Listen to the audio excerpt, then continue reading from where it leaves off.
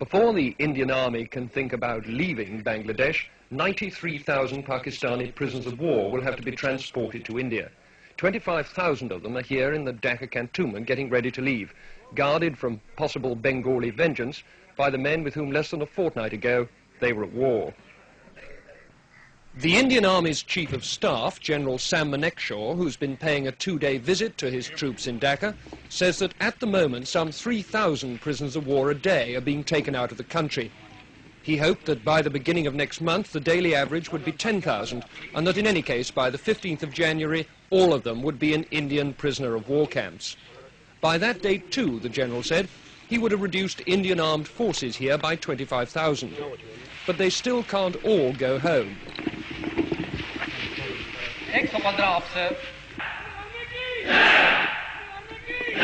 For one thing, they're the only agency in the area capable of seeing that the 10 million Bengali refugees now in India get safely back to Bangladesh.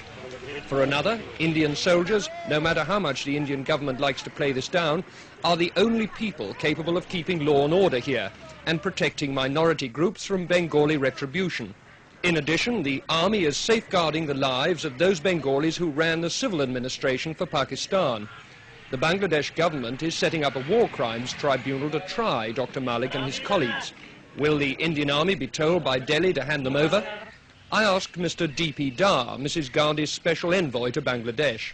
We are on the horns of a dilemma, I must admit to you. On the one hand, we do not want to do anything which is against the norms of international behavior. Nor do we want to do anything, on the other hand, which would even remotely impinge on the sovereign rights of the Bangladesh government and Bangladesh state. What does that mean in practice? Are you going to hand people over to a war crimes tribunal or not? That means, for the time being, that the position is being legally examined. As any victorious army would be, Indian armed forces are now deeply involved for the foreseeable future in the way this new country is going to develop. Richard Lindley, News at 10, Dhaka. The train is on its way to the river port of Narayanganj, a dozen miles away. The operation began long before dawn. At the cantonment siding, Brigadier H.S. Clare supervised the loading of the train.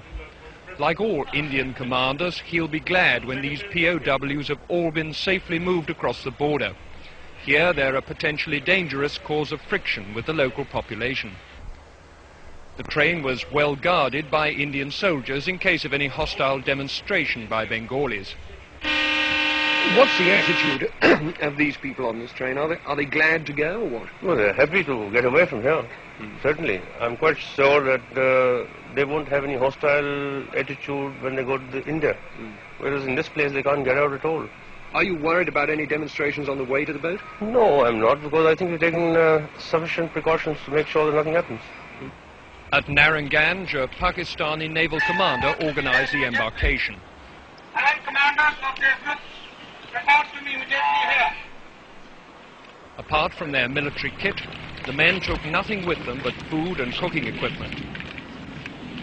The railway line ran right onto the dockside, sparing them the humiliation of a jeering Bengali crowd.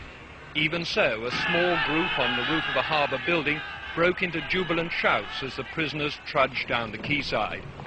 At every step there were Indian soldiers to protect them had it proved necessary. Bengalis are not best pleased to see their enemies go home apparently scot-free. But there's a long way to go before these men can expect repatriation. First, the 36-hour boat trip through the river system to Khulna, then a long journey across the border into West Bengal by train, and on to the prisoner of war camps on the Ranchi Plateau in Bihar. With the men go their families and the civilian employees of the Pakistan Army.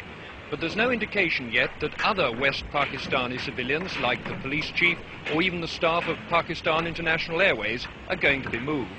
For the moment, the emphasis is on getting the soldiers out before their presence here causes trouble. And because many are still being brought into Dhaka from outlying areas, there are now 33,000 people to be shipped down the river. For those Bengalis cheering on the roof there, it's another day to savour the sweet taste of victory. For these prisoners of war, the bitterness of defeat.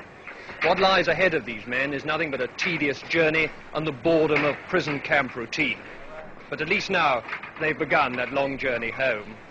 Richard Lindley, News at 10, Narayanganj.